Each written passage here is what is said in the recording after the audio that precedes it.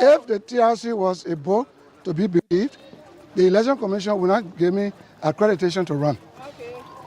The Liberian Senate or different tribes, different representations, will not elect me on web ballot to represent Liberia in the ECOWAS Parliament as the third deputy speaker. Okay? So the people are making noise. The Honorable Larry Yonkwe, I understand when he's passing now, he passed the other because he can't do what I did. It's shame. Shame. You know? So, Senator Johnson, why are you moved whenever the name TRC War Crimes Code is? No, I'm not moved because most often you talk about it. You know why I talk about it? No. You have people in the law house who read the law upside down. Do you know the Constitution had never been taught? I'm 67, had never been taught in the Republic. In school, no. So you got more lawmakers who are bobo, who say they go to school but they don't read. Now, first thing, the TRC was never a court. What the TRC did after its establishment was to invite Liberians. I'm one of those that were invited. When I appeared from in the morning to 7:30 in the evening, what happened? They only asked me whatever you will say here will not be used against you in any court of law. Just give your experience about the war. So is it my experience why I fought that you took to convict me and call me a notorious war criminal in your book? When you say a man is a war criminal, it means you have convicted him. So why are you looking for war crime code now? Look for jailhouse and put me. Because after conviction, sentence. So you can't convict us. All those that appear before the TRC, we saw no one that complained that Prince Johnson did this or did that. It's the TRC explaining about people in the book. So is that a court? Do you feel embarrassed being called war criminal? Yeah, because you see, you can't destroy people's record. Reputation is hard or something. It's what they use to stigma me. So when I'm running for the presidency, they know I can win. So they use that to rape, they use that to blackmail. So if I can be president, I'm president of my university, I'm here. I'm ambassador for Christ. But do you have intention of becoming president of this country? Prince Johnson, our leader. Prince Johnson, our leader. Prince Johnson, our leader. Why have intention of becoming president of this country? Let me tell you this. I ran for president. Had I been the president, I would have done many things unusual. I would politically or legislatively break down the government through decentralization. But you supported this government. Listen, I'm coming for that. I would have decentralized political governance constitutionally so that people can elect who govern them in the countries. I would have made good my promise. But people come to power, all government, all candidates come to lie. They use decentralization as a platform. When they get it, they don't because they want to centralize power. If I had been the president, I will focus on education also to make sure that those community colleges that are not standard, that are up to standard, a lot of things will be done, okay? But since I am not, you can't question God. But I'm glad that I'm ambassador of Christ and I own a university, a decent one, not bati chicken hut. Over 50 of your colleagues have already signed. No, listen. Asking for the listen, to be established. Listen. Those people are on the wrong part of history. The first thing, if there was to be a war crime court, it's not possible in Liberia. Why? One key thing, the Rome Statute. I went to Japan with Wale Duna and Laha Lasana. We brought it to Monrovia to have it ratified in 2003. It was after our war. So you cannot, it's not applicable to Liberia. That's one. Two, you have an amnesty law passed by the 51st legislature, granting amnesty to all factions in the republic who fought in the war. So you cannot have war crime code and amnesty in the same country. Amnesty for who? For all those who fought. Then you say war crime code. Why you didn't bring war crime code from Ghana? So if they could have been established in... It will not be established, so just leave that. It's a garbage. Don't even worry about that. But why you feel so bitter about the issues of war crime code? There are many listed names. No, I'm not bitter. But those who are talking about it, they are stupid. Because they don't have sense. They are stupid because they know there are legal instruments that prevent that from happening. But they turn it upside down. They are legal instruments. They are stupid, including Tewon Gonglo too. What are some of those? You know what? You know what? I just told you. There's an amnesty law. Listen, no. We didn't even invite them here, but they came. Leave them from the station that answer to me. Leave it. Let's leave it. The first thing, Tewon Gonglo good are stupid. You know what? Those damn lawyers under Tewon Gonglo leadership should have kept mute until War Crime Code comes. When it comes, then we who will be implicated will look for a lawyer among them to represent us. But when you lawyer go to Kakata and endorse War Crime Code, that means you are compromising yourself. Yeah, Senator, you spoke this morning earlier with one of our sister radio. You said in 2 years you will be offering a bachelor's degree at this university. Not 2 years, no. We are in opening. 2 years' time. No, you didn't understand. You see, you listen but you don't hear. That's what I say. People read. You know the Ethiopia Union was reading when the Spirit of God led Philip. Go to that Ethiopia Union, a big man from Ethiopia. He's reading from the book of Isaiah 53. But he doesn't understand. Go and teach him. So Philip went to him. He said, sir, excuse me, do you understand what you read? And the Ethiopia Union said, how am I going to understand if you don't interpret to me? So you need interpretation. You are the Ethiopia Union. Okay. I said we are opening, registration start January. We start with AA and BSc immediately. In 2 years after that, master. That you here, you will come. He's the president of the university, Dr. Gonza Mantari. Okay, so I only brought you for the development, but you want top politics, I will be the Yaka Koloba, I will give it to you.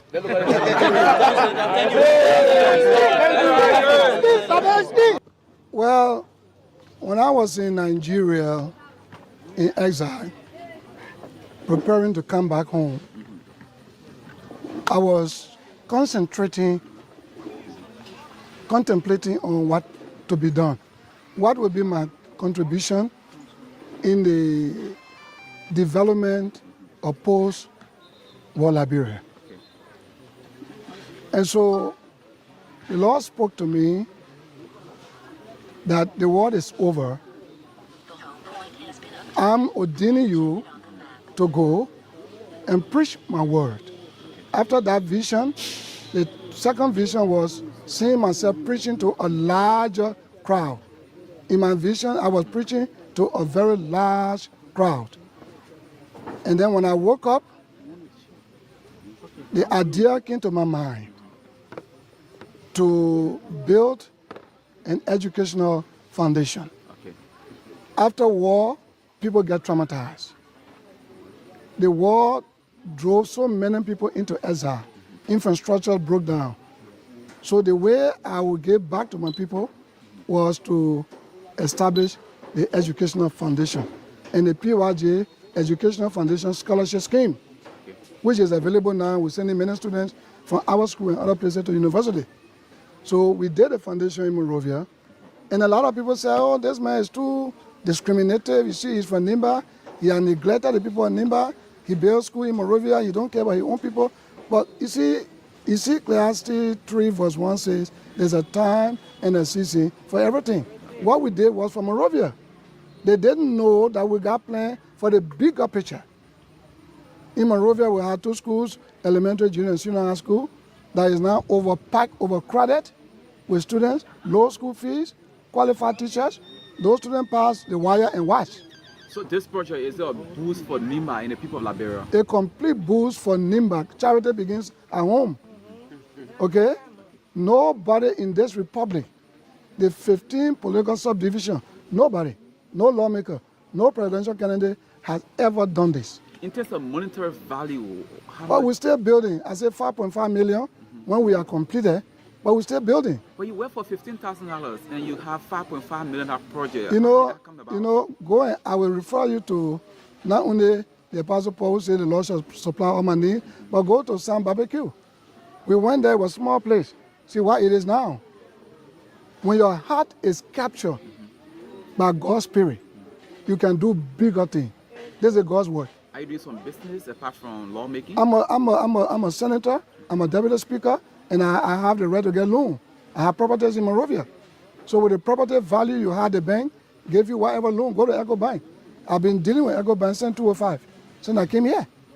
With the high school in Monrovia, when did you build that high school and when it began to be a high school, by the way? Well, the Mawa stream is there. You go to church there, so when you go to church, only look there. The Mawa stream, that place is dedicated to my mother, my Zwada Yedie, who was killed by the MPFL during the war. And this one is also dedicated to her. All the institutions we built dedicated to my mother, the Liberian children, the Nimba children, and so forth. Let's talk a bit about your scholarship scheme in Liberia. How many students have you provided a scholarship? We have about 50 right now. Many of them are from our school. Because when you graduate from the PYG Educational Foundation, and you go to school, wherever you want to go to school. And those who are in the school there, who choose to be a member of the choir, they are all on a scholarship. They don't want you saw just now. They are all on a scholarship. Some have graduated.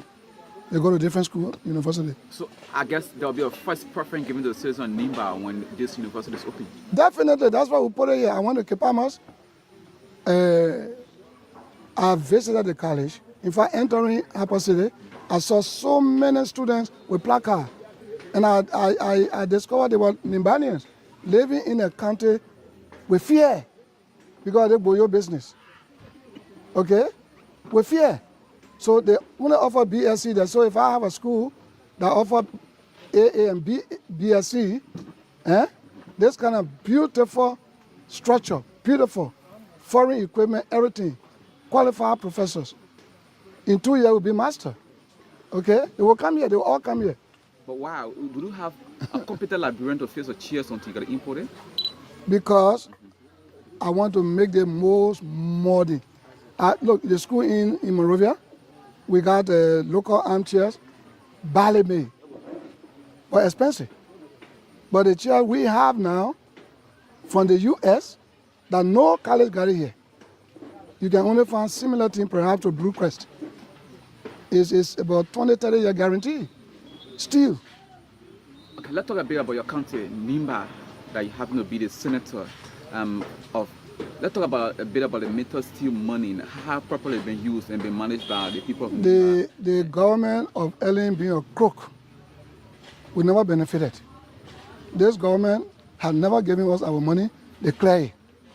Wow. That shouldn't be. So we need to meet as a caucus, Nimba caucus, Bon County caucus, and Grand Baza caucus.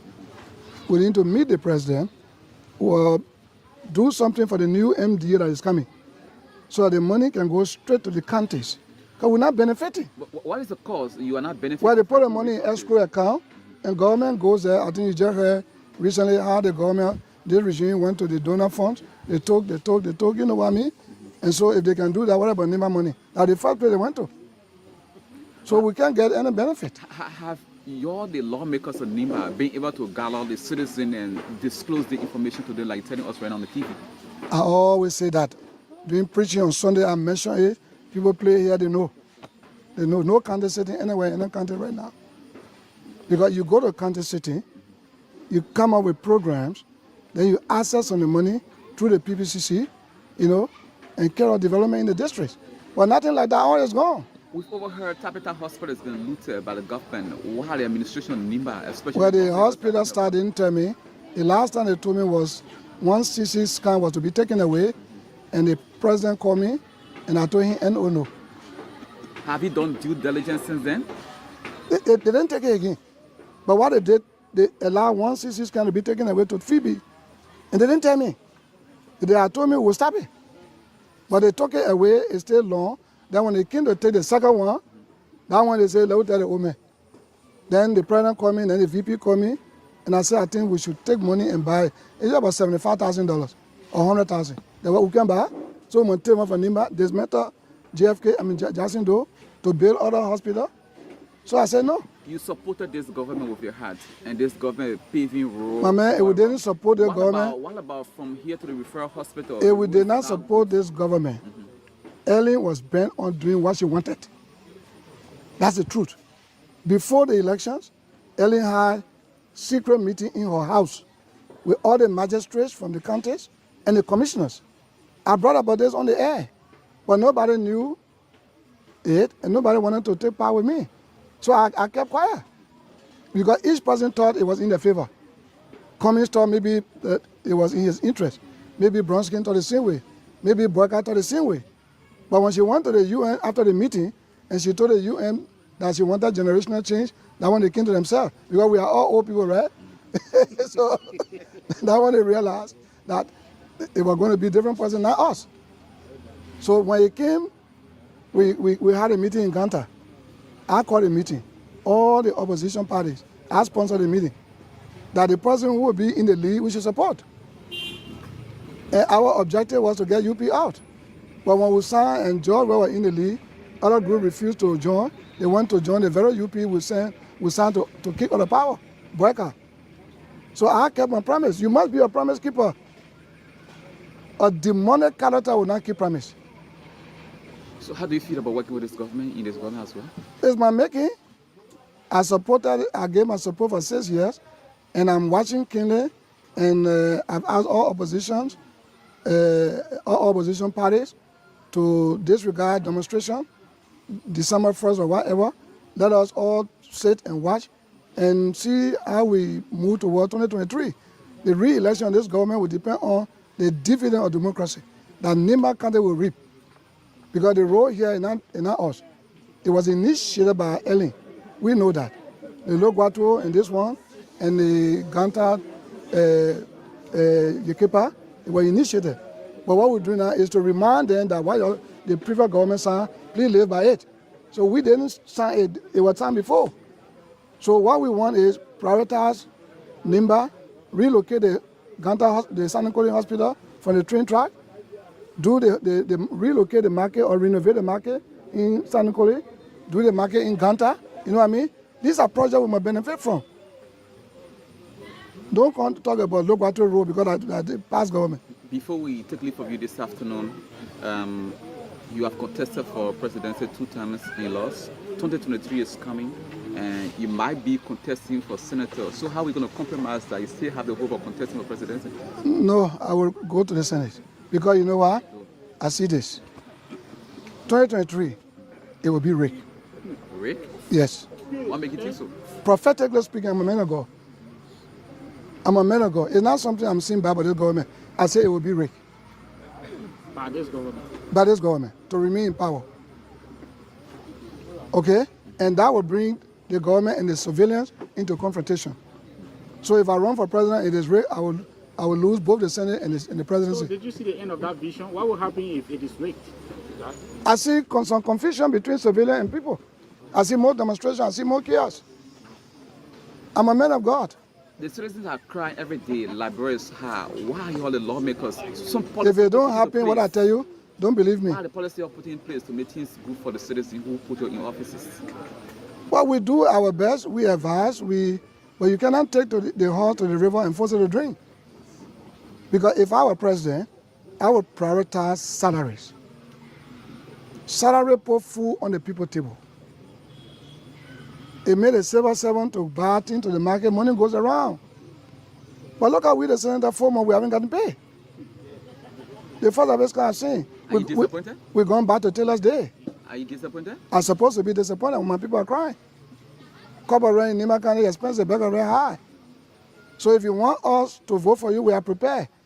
But the first time we cry, then we will continue to cry on the second time. That the cry will continue until 2023. It will make us change our mind because I won't be stupid to come to Nimba and say, let's vote for the simple. They will throw me off. They will throw me off. So you feel comfortable of being senator? Yeah, what God said, I will be a man. Because I tell you, there was massive rigging during this going election. My school, look at my children here, we can see. My wife and my children, we went to my school to vote. I didn't get one vote from there. So my wife betrayed me.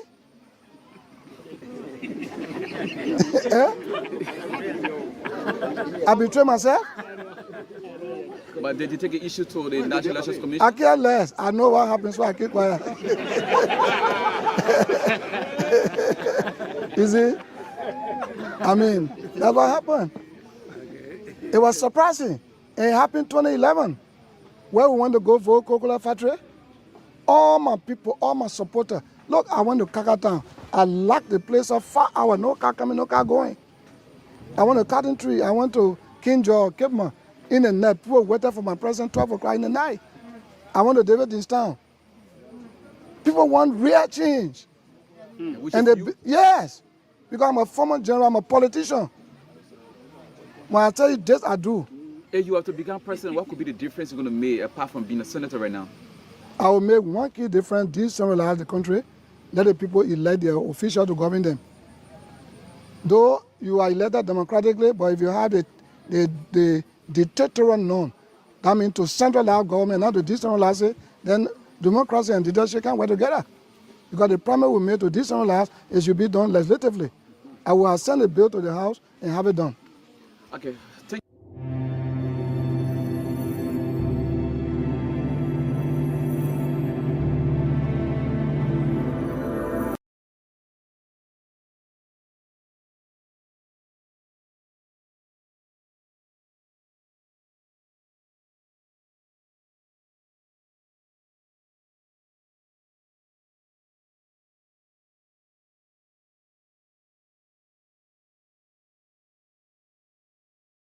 Set this for ringtone. Girl, you turn me up and you turn me down. You play me low. Girl, you turn me up and you turn me down. You play me low. You make my lips so sweet and then you wipe it out. Play me low. You make my lips so sweet and then you wipe it out. You wanna call me man? Go when I feel we can. With my $1,000,000 chain on my neck, I'ma call me on it. When I buy you diamond ring, you even give me smile when I'm talking shit. When I'm broke, call me scrub. Disrespect me whenever I call. Keep on frowning, give me attitude. You always changing color like chameleon. Black and white, green and blue. Chameleon. Black and white, green and blue. Chameleon. Black and white, green and blue. Chameleon. Black and white, green and blue. Chameleon. You know what it means? That make my put a trust in you. Go us the world there just to make you great. And you know that nigga making dollar. And every time you asking him for 5 more, when he can I give it 10, you change your dollar. And even put it into the fire. From rock and roll, even soul to soul, and you can go black and white, green and blue. Chameleon. You wanna kill my soul? You praise me and blue. Chameleon. Black and white, green and blue. Chameleon. Black and white, green and blue. Chameleon. Black and white, green and blue. Chameleon. Black and white, green and blue. Chameleon. Yeah, yo, big gotta turn me up, man. Look at how you acting, passing Pamela, you know me. Damn, man, I told you you know me. Listen, the thing you doing ain't called for. I somebody, sunshine, how you somebody daughter. The first you ever went to supermarket, I the born to the boutique, the born Swiss commission, the born. And I was spending all the money who you used to call your honey. Don't be shit, and I mean, man, like the coat of many colors, you change from one to the other. Oh, you bleaching, I see why your color just changing. Red, white, blue. You are too for chameleon. You a liar, cheater, plus you deceitful. You made me believe woman is the root to all evil. Digger, green snake and green grass. Cut your chin, so you get in water, you tell the fish. You too fine to be having such a bad attitude. If you continue like this, no man will marry you. Sometimes I know you really acting nice and cool, but I don't even know how you change your mood. Everything, it doesn't matter how you do your thing, but see what life will bring. Sometimes I really know you acting nice and cool, but I don't even know how you change your mood. Everything, it doesn't matter how you do your thing, but let's see what life will bring. Black and white, when you turn me up, chameleon. Black and white, when you turn me up, chameleon. Black, you make my white so sweet, and when you walk it up, chameleon. Black, you make my white so sweet, and when you walk it up, chameleon. Yeah, yeah. And blue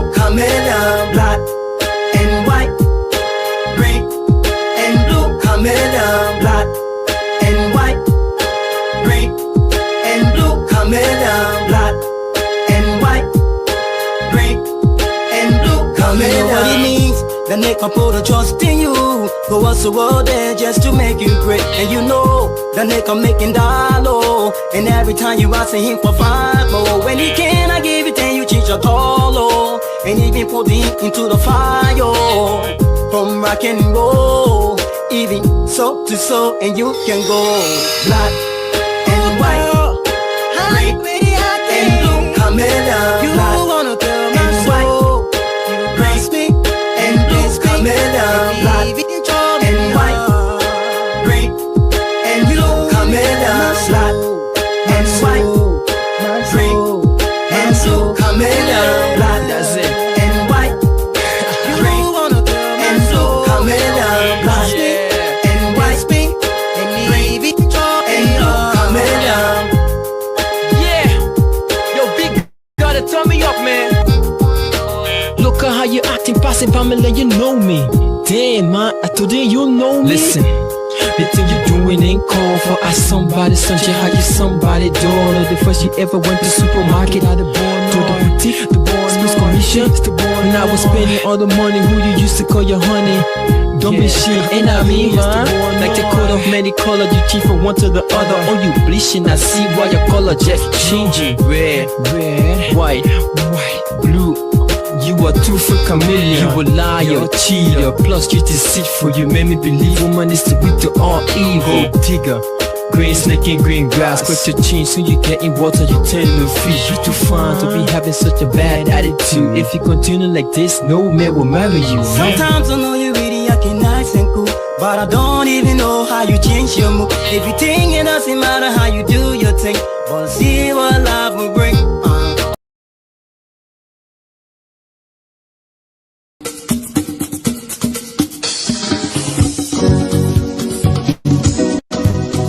It's so beautiful. A beautiful Friday evening here, Alexander. August 14, AD 2026. We want to say welcome to all of you. Welcome to the Heat Hour program here on BKS TV. On the Heat Hour, we see dialogue and not confrontation. We see words and not bullets. And so my name is Junior Payne, and I am your producer, host of the Heat Hour show here on BKS TV. The show is relay always on Voice of BKS in Mutual Town, Nema County, 7.9. Goes Voice of Tapeta 2, in Tapeta City, Nema County. Hey, guess what? It's Zumbo. The Supreme Leader was released today after 81 days in prison. He signed a behavior bond. Why not pray for a long fellow? He can pray for long. After his release, when he arrived at his residence, As long as they live, spoke to the better we grow. his fellow community members. We'll bring you an excerpt of the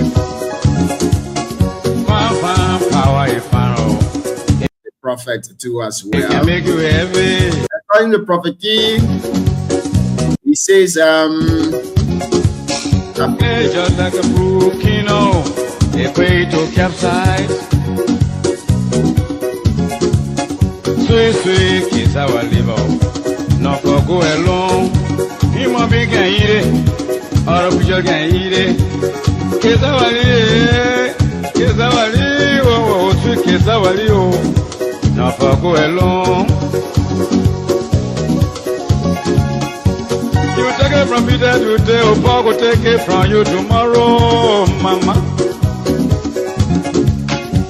You take it from Mary today, or Mother will take it from you tomorrow.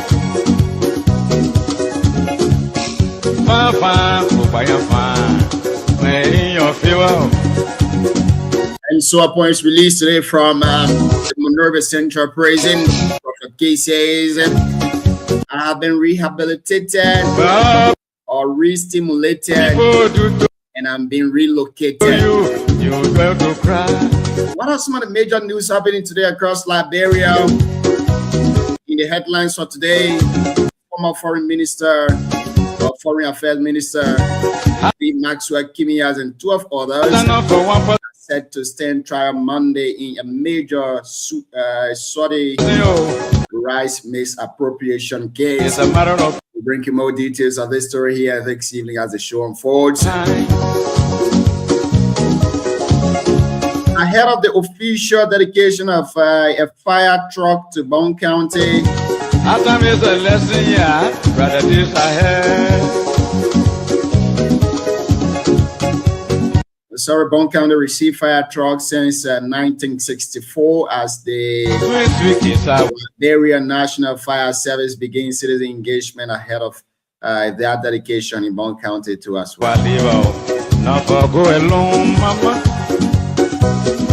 players representing Electoral District 9, Nima County in the ongoing Electoral Peace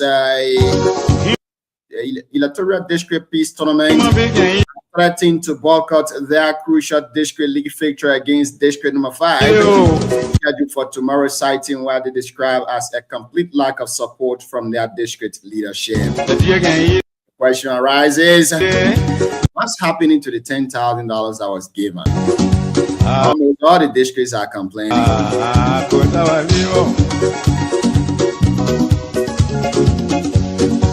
Liberia has reached a major milestone in the reforms of port sector following President Joseph Yoman Boakai's approval of 2 landmark pieces of legislation designed to grant greater autonomy to countries' ports and establish a new national regulatory framework to as well. And of course, still in the headlines here, this evening, let's try to bring you these ones before we go. Let's bring you these ones here real quick before we bring on the CEO. 32 minutes, 28 minutes up to 9 o'clock in Liberia. President Joseph Yoman Boakai calls for greater county leadership in education. He spoke today during a meeting with the Ministry of Education to us, where President Joseph Yoman Boakai has dedicated a modern public latrine at the EFWA Jacob Market in Penzio, a facility funded by the National Oil Company of Liberia. Let's bring on the CEO. We'll start with this development here this evening. CEO, good evening. Welcome to the show this evening. How you doing, Chief? President Joseph Yoman Boakai dedicates a morning latrine today in Jacob Town, Penzio. What's your take? President going to dedicate latrine. But let's hear you first. What's on your mind? I wanted to throw with you a little bit to just hit you.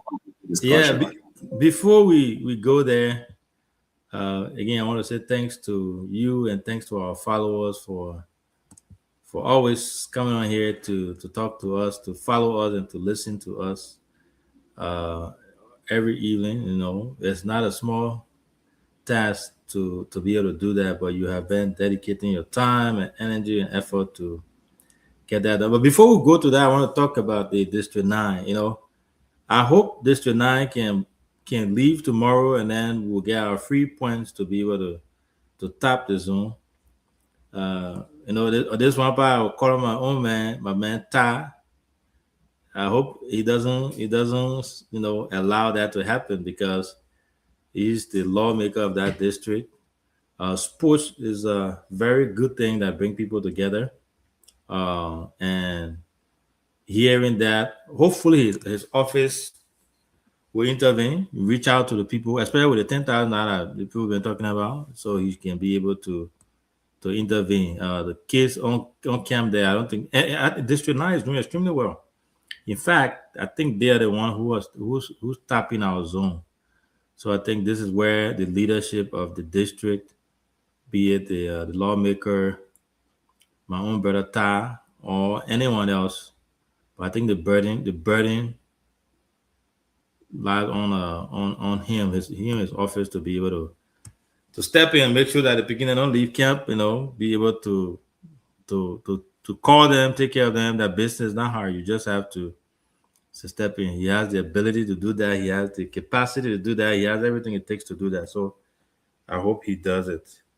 So that's my take on that. Even though I want them to leave, so we win, but want to beat them fairly on the feet there without any excuses. But hopefully, the same way we beat on other lawmakers, the same way we beat on our own lawmakers, I think it would be terrible, in my Trump voice, horrible, to allow District 9 team leave from on camp because of lack of support.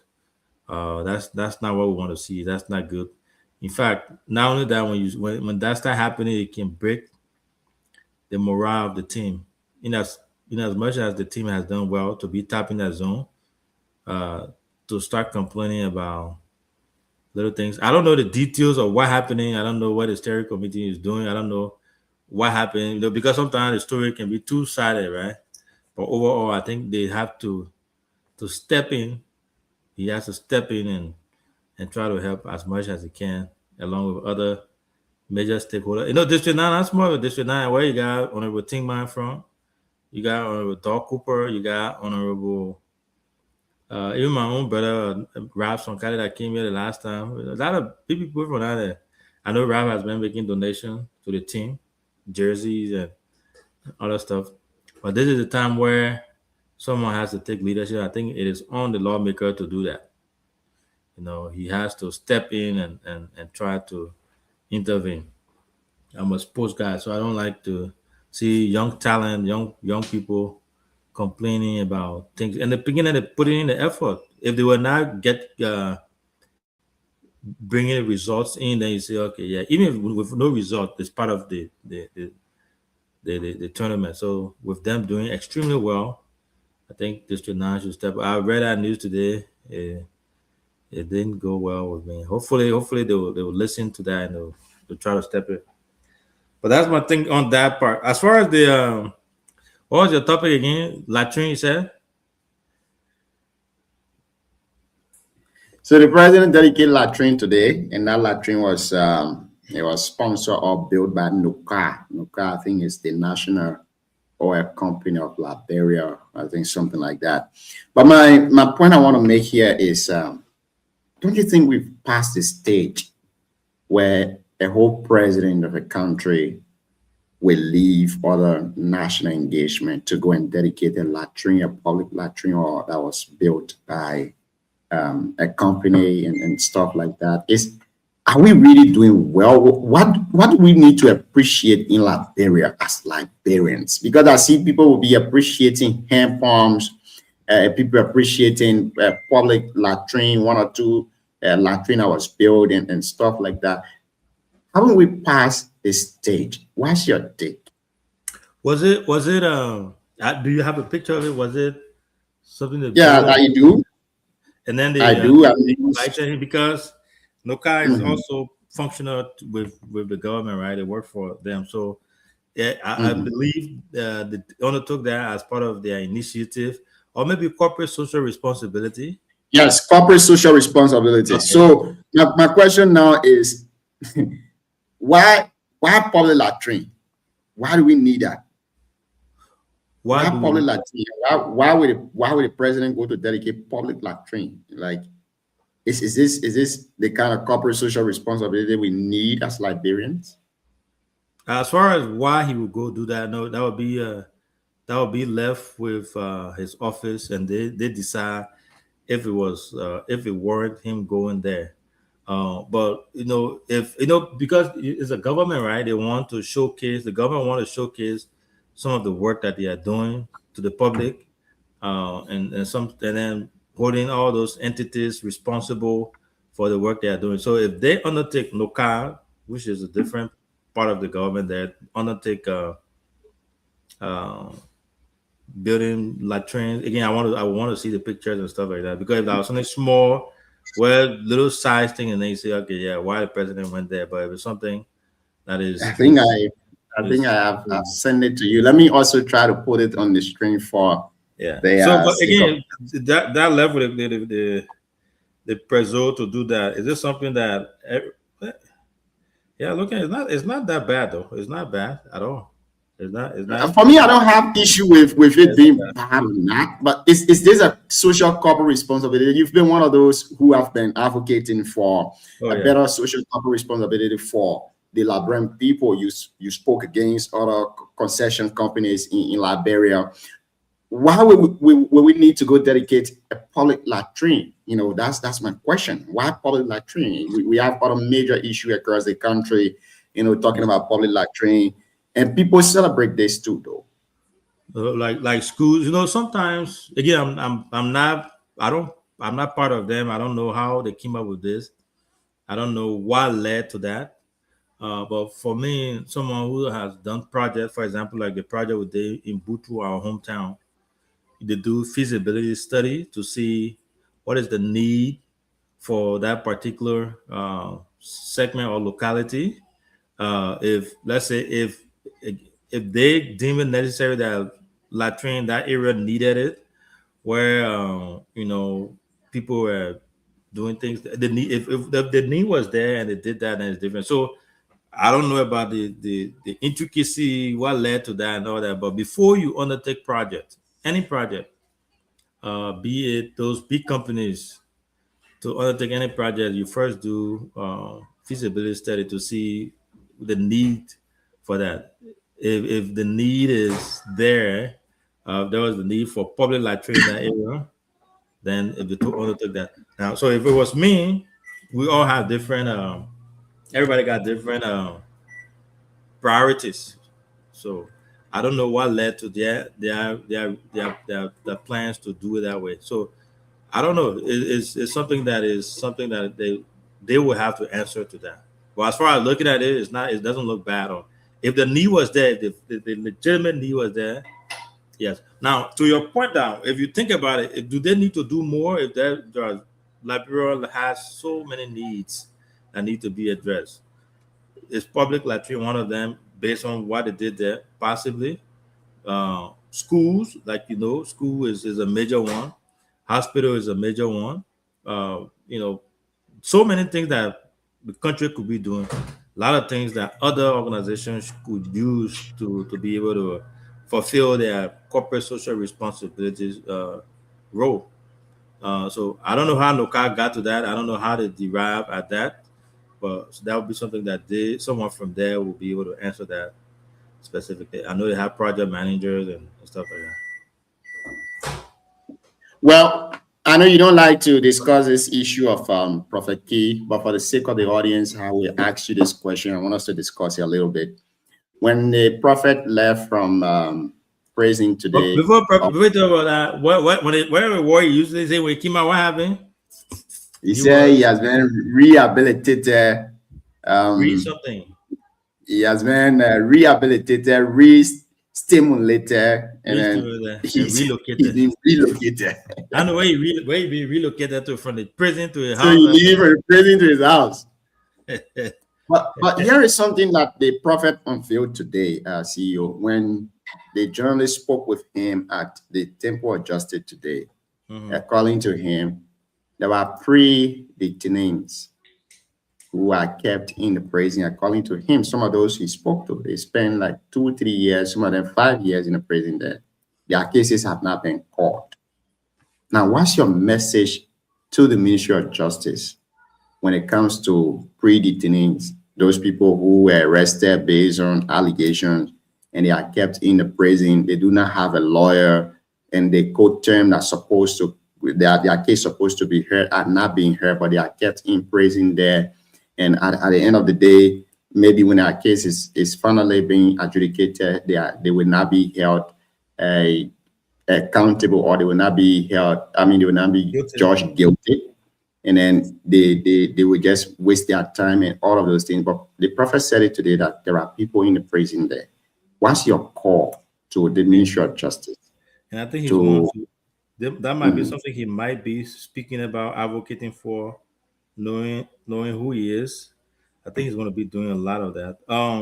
Before I answer that, the justice system, criminal justice system, things like that happen around the world. In the U.S. here, take for example, they have the black people tend to be victim of so many crimes and so many minor stuff. And then when they go to jail there, they get stuck. The system, for the most part, is stacked up against them. You know, people will attribute that to the upbringing, the family, and all that stuff. So little things like marijuana, you know, traffic stuff, all little things that young people do in their young life when they're growing up, they get hit with it, they go behind bar. And in the US here, when that happens, it sticks on your record and messes up their future in so many ways. They got a lot of black people, young guys who were put behind bar for, you know, like I said, small thing, marijuana, you know, drugs, little stuff that there will not be something. And then when they go there, the system, the system itself, the US system itself, you don't have people who are advocating for the system to be revised, the criminal justice system to be revised, or set up in a way that, you know, people like that cannot be stuck there for those things forever. And you don't have people to speak for you. It makes it harder. So something similar, it may not be the same, but something that could be comparable. You know, in Liberia, where even you know, in people that have it, if you don't know somebody, you on your own. You have to know somebody to be able to get you to places and stuff like that. And who knows you stuff. So I'm not surprised at that. And this is not one administration thing, it's just the entire system thing. But somebody has to speak out about it. And then who knows, maybe God used the prophet to go there and come back and try to unveil that and talk to people about it and speak about it. Because imagine how many 20, 21-year-old kids over there who that man and the old man is selling coal and, you know, doing kobo and stuff that I don't have money to be able to speak on their behalf. Right. So I think he should, because some of these things when it happen, you can use it for the good. Hopefully he speaks out about it. He flags it. He writes the justice minister, and you know the man is influential, like him or not. He's influential. He has voice. So now, is it going to be acted upon? That will be something where everyone will have to get involved and be able to. But it's sad if that's the case, which I think it is very, very sad. The justice ministry has to take a look at that and try to see how they can reform that and get those guys out, get them to get the fair trial. They're guilty then before they serve, instead of just waiting there without. And some of them can't probably even be a full lawyer, or they don't even know what they call how you call it, the type of lawyer then that the public defense lawyer. Some of them don't even know. They don't even know about it. So my take on that is, I hope that the prophet will use this as his platform and advocate for that. And when you share light, he got a very massive platform, and if he can take that cause to run with it, I know a lot of people will join him and try to help in that regard. I think I agree with you 100%, CEO. And this is getting really, really much bad for us to say. Let me put it that way in a simple apparent English. You can incarcerate people or put in jail, let's put it that way, on suspicions or allegation, and you keep the person there for 4 or 5 years or even 2 years without touching their case, and they are just being held there simply because there's no lawyer or the public defense is busy and things like that just happening. And at the end of the day, if the prison system is overcrowded, they will write the Ministry of Justice, and maybe the judge or anybody will just take a decision and say, based on XYZ reason, because the cases have not been heard for XYZ time, we are releasing these people. Knowing fully well that some of these people, apparently they committed grave offenses, and you release them to the society. You release a harm to the society, by the way. So I think the prophet should take the course. We ourselves too will join in to also be asking 1 or 2 questions relating to that. But I have known for a very long time now that our criminal justice system, especially when it comes to our prison system in Liberia, we need a very, very strong overhaul. in the entire facility. We need a strong overhaul when it comes to prosecution, when it comes to defense, and all of that. And one of the shocking things is some of the cases, before the full bench, the Supreme Court only open, I think, twice a year, and they close. Once they close, now the full bench is not available. It will not touch your case again until the full bench can return, and it takes like 4 or 5 months or 3 months before they return. And by that time, the person is just being incarcerated. If you are there too, and unfortunately, that time of court, your case is not touched, they go again, they spend another 4 months or 3 months before they return. You're just being there. And then the good thing is we'll be hosting Councilor Kanyo Bagbala on a Wednesday. So I think it'll be a really good time to discuss that in detail. I'm also trying to get a Councilor Gonglo on here, hopefully this week, the end of this week, to be able to join us too. So having Councilor Kanyo on here on Wednesday will be a good time to discuss. I remember the last time we were talking about the Constitution and all that thing. So it will be a great show. That show will be a lot of legal topics, and this will be on the docket, as they will say in the legal field, for us to discuss. Yeah, so having him on Wednesday will really help us to have that. But this is where civil society and other people then need to start speaking, and not just Prophet alone. Everybody else needs to join. It's all hands on deck. And with the people who are also victim of it, the parents, family members, they have to help push this. But civil society and other people, advocates around the country, and the media, and people who have experienced it, like the Prophet, coming from there, because I know he talked about it a lot. Imagine how many of those young guys that he saw in there who are being faced with such situations. So a lot of pushing. It's not a small task though. It's a huge task to undertake, and we look forward to that. If we see it, we will join hands and try to do that. Speaking of Kanye, you said who will have on Monday again? We can discuss that later. But Kanye is on Wednesday. Yeah, Kanye is Wednesday morning. We'll have Jackson Yuo from Electoral District 5 from our representative candidate. Will be our guest on Monday. But then we go to this issue. I want to ask you this question. You're very passionate about discussing this drug issue. Do you think this whole drug issue is being handled well? Is the government making progress when it comes to handling the issue? Are we hearing about it like before, like we did? Now, another thing to that is just this evening, there is a report that there was high-level police presence at the Monrovia Central Prison to intensify search within the Monrovia Central Prison, because allegedly a few days ago they found cocaine in the prison, and today again they said they found some again in the prison.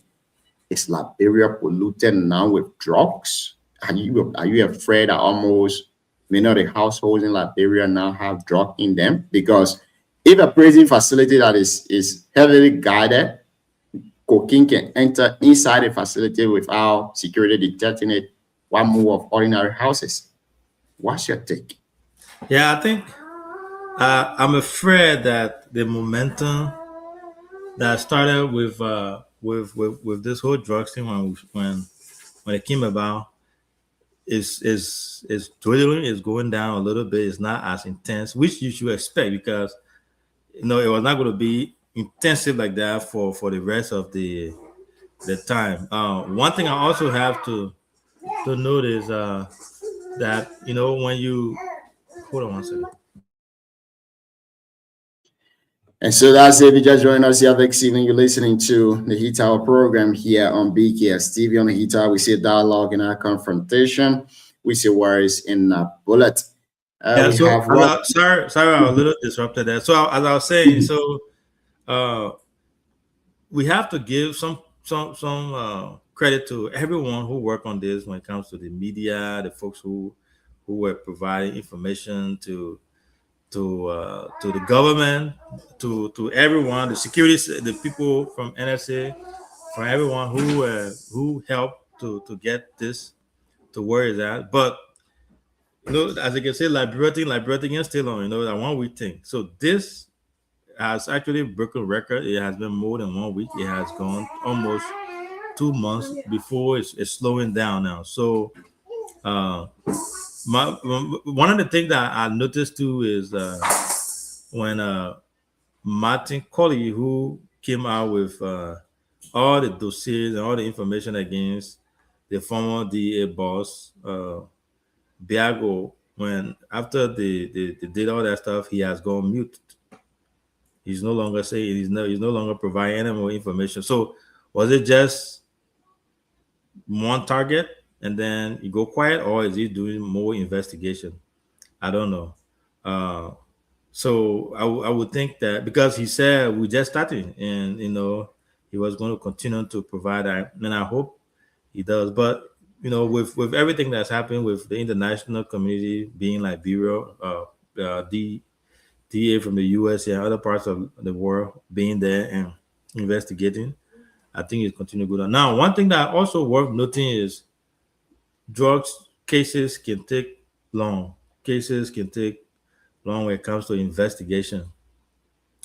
Investigating something in the way we want it. Again, kudos to us for that, for it being talked about for almost 2 months. But I don't think everyone will be reprimanded within 2 months' time. I don't think it'll be 1 month time. I don't think it'll be 1 year time. It will take a little bit of time. But one thing that Liberians should be happy about is, investigations ongoing, and the international community is also involved. Now, everyone has their take on how things have been done and how the government has been addressing things. I think they started out slow, especially with the $19 million first burst, and then with all the evidence that came out, the way they were approaching it was a little laid back and laissez-faire and things like that. But when the government, from what I learned, was the one that initiated and asked for international support.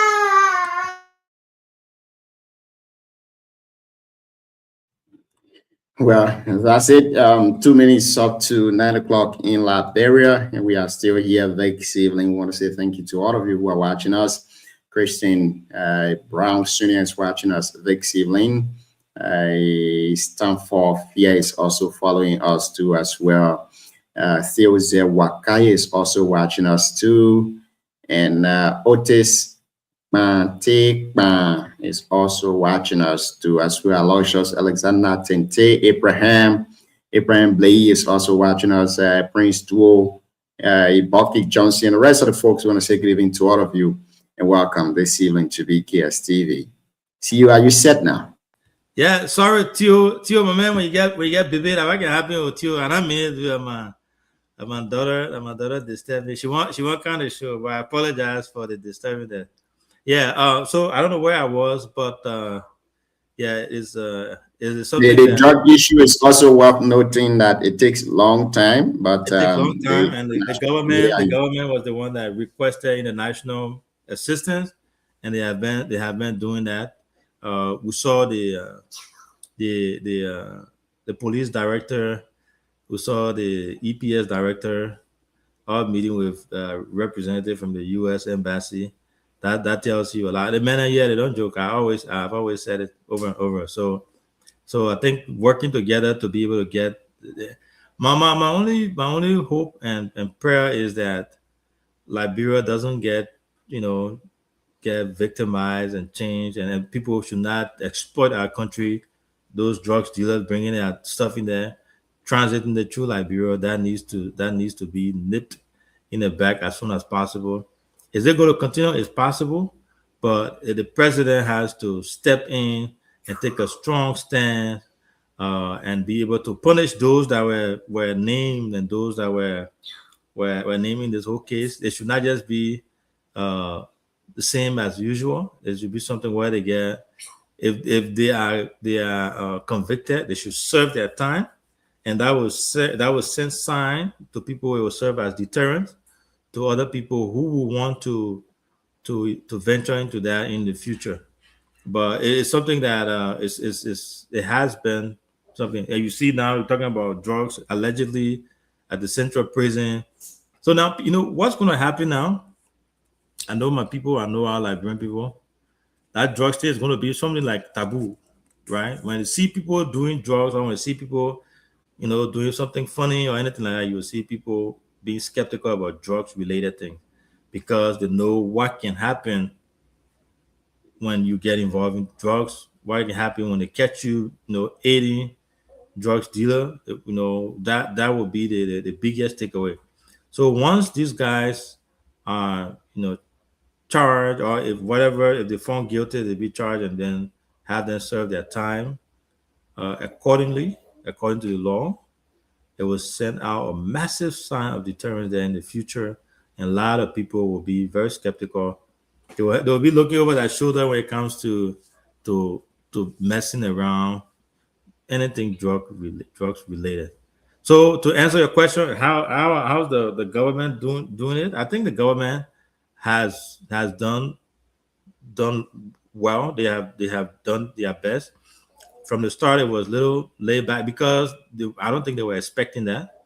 And then as time went on, now when the investigation started picking up, they started, you know, getting people, naming people, forwarding them to the justice system, suspending people, firing people. Example, the DEA boss and all the other guys, the King guy, the guy from NSA, the guy from all over the place. So it has been happening. So that's my take. My take is they've done well. As far as the beginning, no, it was slow, dragging their feet, but as time went by and the international community got involved and the media got involved, and a lot of advocates got involved, you know, the drug thing kept around for a long time, and it has been around for a long time, which is unusual for Liberia. So my question now is, I know you are not in the best position to answer this. Maybe the superintendents of the prison can answer this. Where we have maximum security, how do we end up, you know, letting drugs in the prison? They're supposed to be a rehabilitation center and a recreation center. But man, at a place that drugs can be in the U.S. You know, I've seen a lot of movies and things like that, but I always consider it maybe on screen. The drugs go there. The people that take the drugs there are the people that work there. Now it makes sense. So, the folks who work there are the ones who take drugs there. It's not so in the U.S. here. Those who work in correction, they are highly scrutinized. They are highly, you know, vetted. So when they go to work, before they get in there, they will check in. They will go through the body scanner. They will make sure that they didn't get anything on them. Yeah. So the men in there can sit in there and control from outside. They're sitting there and do all those things. Folks take drugs from outside and take it into them. So it's not like they're creating drugs that wait a minute, getting anything from. So the people are to clamp down that, to be able to get rid of that, you have the employees that you have to deal with. With Liberia again, the corruption and the way is very hard there. Little money can do anything. You know, you show somebody a little mile over there, next thing you know, maybe drop it into my man that cell phone here, or that food here, or that this here, you know, that clothes here, that before you make up your mind, you got a stack of cocaine in the system. Yeah, so that's how. I think it's terrible. It's terrible for our correctional facility, and the government needs to do something about it. I don't know what is really going on. Should we blame it down to salary issue, or because we try to fight against this thing, but the same people in the system that we put ahead to fight against this thing, they are not doing the fighting properly. You see, the DEA boss allegedly taking a pickup from someone who is also being alleged of having connection to the cartel. You're seeing all of these things happening, everything going on. Are we going to win the fight against drugs? A follow-up question to you. So here's the thing. The thing when it comes to drugs, it is not about low pay. So even in the US here, if you have time, research it. In New York, at a certain point in time, when the drugs, men and when the cartel, when they're ready to operate, they can try to buy the entire system.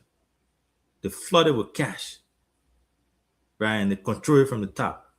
So you check on all the countries that have been victimized and turned into a narco state and things. They go for the system. They go for folks that are in charge of the security sector predominantly, and then they will try to buy them. They'll try to change everything. Then it gives them the leverage to be able to do that. So if you want to kill a snake, what you do? You cut the head, and then the bottom become helpless. So if the security sector bosses that are up there are being bribed and being given, and the drug thing, that's my good, not good money, but a lot of money, right? So they will come and clear the upper. So you that down when boss man come and say, do this, what you would say. Sometimes even the guys that are down, they don't even know, they don't know about it. They just take orders. They just take command from the higher up.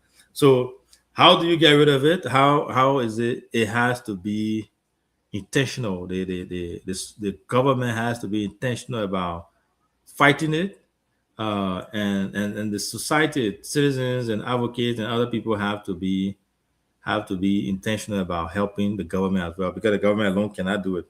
So everyone has to come in and help, but the government has the biggest responsibility to be able to fight it, to be able to push it, and be able to put in place mechanism and empower other people to help fight it. Now, is it with Liberia, the way we are situated with the economy, with the us being one of the poorest countries in the world, but then Liberia also being strategically located not far from Europe, it puts us in a very, very tough spot. It puts us in an area where it makes it very, very harder for. So when you look at it, it's the same as corruption, right? So young people that come up, they see people ahead of them doing something, and then they grow up knowing that.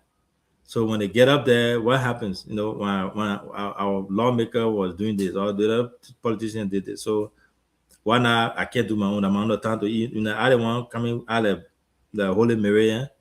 The people can did it. I can't do my own. And then it's a visual circle that continues to happen. So with the level of hardship, going back to your point where you made about payment, with the level of hardship and things like that, giving someone that making, let's say, 125 per month, one becquerel or whatever, and you look at that man, you get that man 6,500, my man.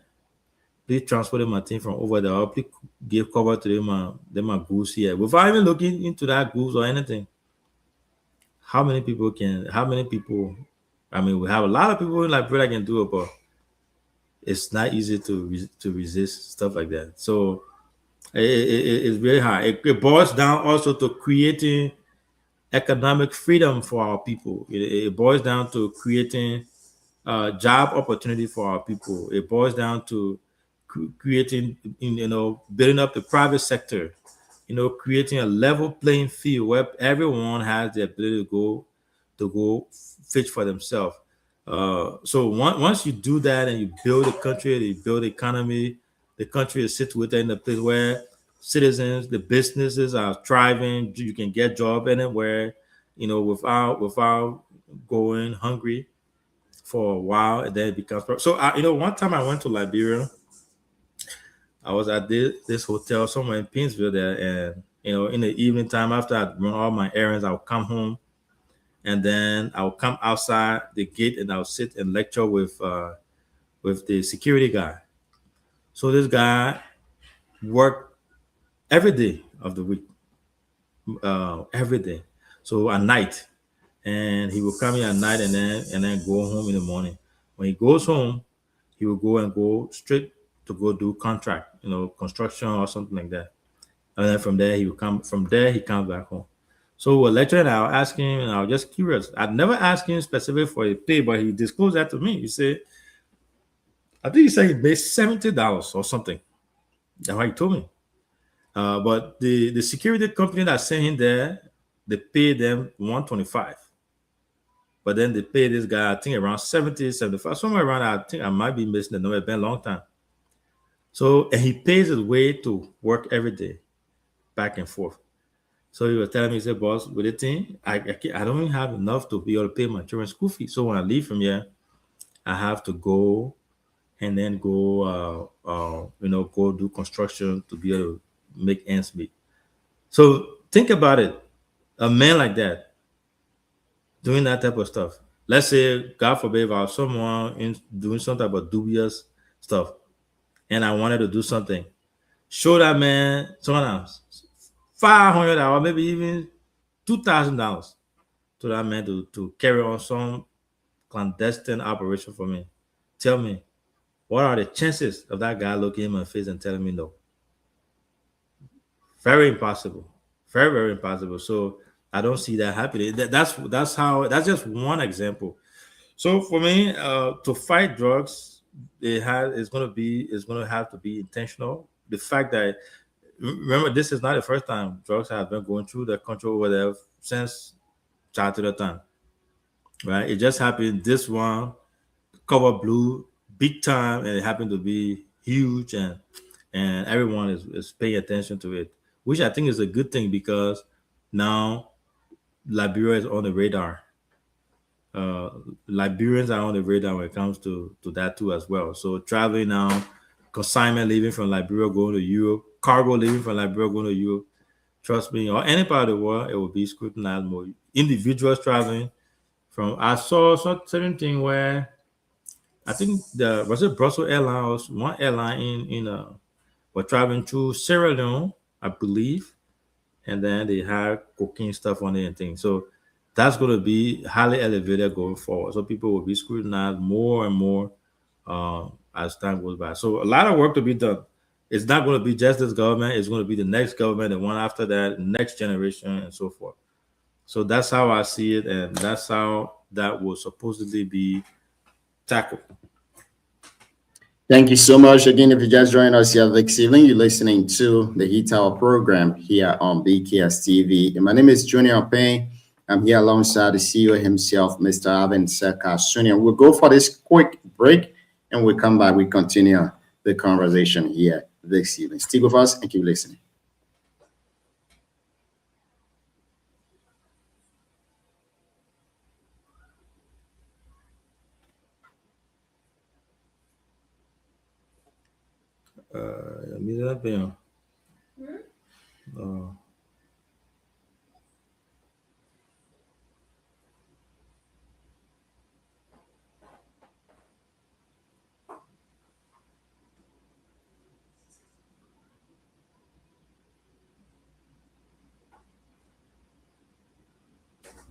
The music not playing.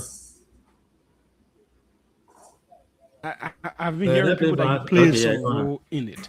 So I'm trying to see. Yeah, but we've done well. Just the two of us. I'm also joining you. I've been hearing people that you play but I think in it. That's yes. huge. What do you know about what brought us down this path? You know, I'm up to present. I keep wondering why is it that the actual report has not yet come to Liberian people. There is a report. There was a report. The report was forwarded to the National Security Council. The report was presented to the president, and when the report was did, our first visit in Foya, a very beautiful area, and the Joint Security Commander briefed us when we were seated there. In that meeting was a representation of the Ministry of Justice. The Assistant Minister for Correction was there. During that meeting, there was an Assistant Minister for Defense who was there. The Chief of Staff of the Army was there. The Minister of Internal Affairs, now local government, was there. We had other people also from the Ministry of Foreign Affairs. We had the Ambassador Pearson, who also was there. And the gentleman was very clear that we were instructed by the commissioner to move our flag from where it had been to this location. And when he did a presentation, I was very clear. Immediately, I said to the Minister of who the gentleman said it? The gentleman who said it was a Joint Security Commander. So I immediately asked him, who ordered you to take the flag from where it had been to a new location by the riverside here. And he said the commissioner. Immediately, that is the commissioner from their commissioner side. From their side. The Guinean side. Okay. No, from Liberia side. It was a Liberia John Security commander who took Liberia flag from where the flag had been for the past 30, 40 years. And move it closer and to move the it water. closer. And I asked the question in front of the Internal Affairs Minister, in front of the Chief of Staff of the Army, in front of the representation of the Ministry of Justice, in front of the representation of the Ministry of National Defense. No, Shaq, take it easy. This is serious. serious. Yeah, and this is my first time hearing this one. And I said, and I asked the gentleman, who sent you? And he said, the person who ordered me is the commissioner. So right there, I said to the minister, I said, Minister? He said, yes. I said, are you aware that the commissioner, did you give any order to the commissioner to this? The superintendent there said, Ambassador, please, we'll talk about this, but we are not here to talk about that now. They cut it off. When we cross the border to Guinea, is where I got the full story. When we got to Guinea Minister of Administration and Territorial stated to us, before we go into any discussion, take your flag from where you have placed it now and carry it back to where it had been for the past 50 years. Then our Minister of our Internal Affairs said to him that you should know that today we have a president who is also a Kisi, and when you look across the road on the side is Kisi, on that side is Kisi, so there's no differences between the two countries. And the minister was very clear. He said to us, there were President Doe, there were Taylor, there were Ellen, there were George Weah, and other past leaders. But why none of them took your flag from where it had been and brought it at the front here? It is only you. When that happened after the meeting, we came back. We were told to relocate the flag back to where it was before we had any other discussion. The only request that the minister asked all that day, and I was interpreting, and they kept asking, what prompted you people to move a flag from one area to another? What is the intention? We could not find the answer. And sadly, when we did the communication, the report to the president, in that report, it was not included in the report that the Minister of Internal Affairs, now Minister of Local Government, was the one instructed his commissioner, and the commissioner instructed the John Security to move our flag from one area to another. That is where we got the problem. Oh, that portion was not included in the report. That was not included in the report. So I was told to sign the report. I refused to sign the report. When I refused to sign the report, on that ground. On that ground. And then I went to the Minister of Foreign Affairs. And I said, Madam Minister, this is what happened. We went there. Before we talk about how do we resolve it, let's ask ourselves, how did it begin? And this is how it began. And I explained to her that where our flag used to be, I think it is where it is now, was taken from there, closer to the riverbank, by the instruction of the Minister of Internal Affairs, now Minister of Local Government. And I didn't stop there. All of those who went for the meeting, I said to them, we even had a meeting in Guinea. Before the Guinea could give response to us, we went in the they call it prefect. In the prefect office, we have meeting among ourselves. And I said to the minister, this issue can be resolved very easily. They say, how can it be resolved? I said, suspend the commissioner for time indefinite and ask the authority of Guinea, sorry, that the decision that was made by the commissioner, the government of Liberia is unaware of it. So his suspension would reduce the tension. They all said no, that's not the best way. And we left. There was nobody suspended. So when I spoke to the foreign minister, I didn't stop there. The foreign minister advised me, meet the president and explain to him. And I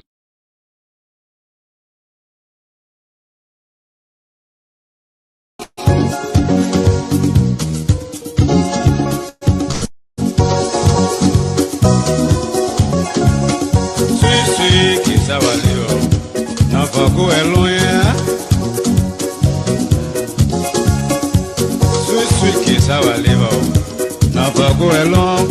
You take take it from Peter to Paul will take it from you tomorrow, mama. Sweet, sweet, living is sweet, oh, where the rich or poor.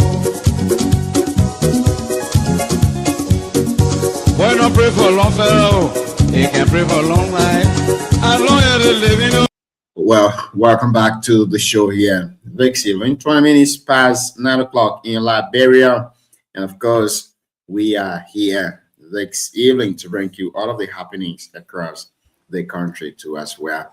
CEO, you listen to, I don't know, Ambassador Sheikh, I'm sure that's his name, speaking on the Guinea border issue. Before we go here tonight, what's your take? Tell us your take in your parting comments, Chief. Yeah, first of all, I don't know what to make of it, because he's speaking about it now, and the government hasn't spoken about it. He said he made all the recommendations. So I think before we even go to that, we want to hear what the government response will be to that, because those are all grave allegations that he's making. If it is true, then there was something that was initiated by us or something to that effect. But I think this is a former ambassador that worked in this government, and with these revelation that he's making, he had an interview today, right? It was yesterday evening, and it's almost like 24 hours now. The Ministry of State have not responded. I don't know what's going on. Yeah, so there has to be some clarification, some response to that. So I hope they do. But because we can't take. Remember, this is the men that were on a spoon that had some information that were not correct to some extent, right? So if for me, I don't think we can go off of what he said there entirely. So until the government can respond to that, I think we should. I don't really have much to say. If he never had that incident at Spoon before, then we'll have time to something. But I think we'll skip that for now, and then we can address that once the government actually responds to that. But yeah, overall, it's going to be wonderful. It has been a great show tonight. Thank you so much for coming. District 5 plays tomorrow. Yeah. Oh my God. So, just I'm sorry, man. My background is not too good today, so I won't have to really. I don't have much to say here. But District 5 plays tomorrow, and then from there there will be continuing that, and then from there after that, then if the two best losers, I think they can call them, will play from each zone, and then the quarterfinal starts on the 21st. I want to say BKS is going to be carrying this live. We are working on getting equipment and other stuff to modernize it and try to do what they're doing there. I want to say thanks to Nathaniel Tukpa, who has been behind the mic reporting for BKS TV. And then he and Abraham Yanzi have been doing a really wonderful job. In addition to that, we have Rosaline and Matthew, who have been helping us with the pictures and all those action pictures that have been on our page there. So thanks to those 4 individuals, the team members, we want to say thank you for all you do. Nat, thanks for everything that you continue to do for all. Matthew as well with Rosaline, and then the main said Abraham Yanzi, the man that occupying 2 roles, the PRO, and then he also behind our camera. I want to say best luck to our team tomorrow. I hope they go there and qualify. I know they will qualify for the quarterfinals. Yeah, and I wish District 9 to the best too. Hopefully they will get their stuff together. I know they will. I had the beginning can pull votation in everybody else.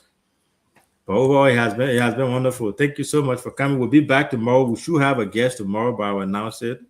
We'll announce it later. And then Monday, like you said, we'll have Jackson Ewell Wednesday, and then we'll have Councilor Kanio back on our platform. Thank you so much, CEO. Thank you for being on here. The ceiling, Anthony Wimpie was following us here. this evening from ERW committee. I like the name Wayne Pierre.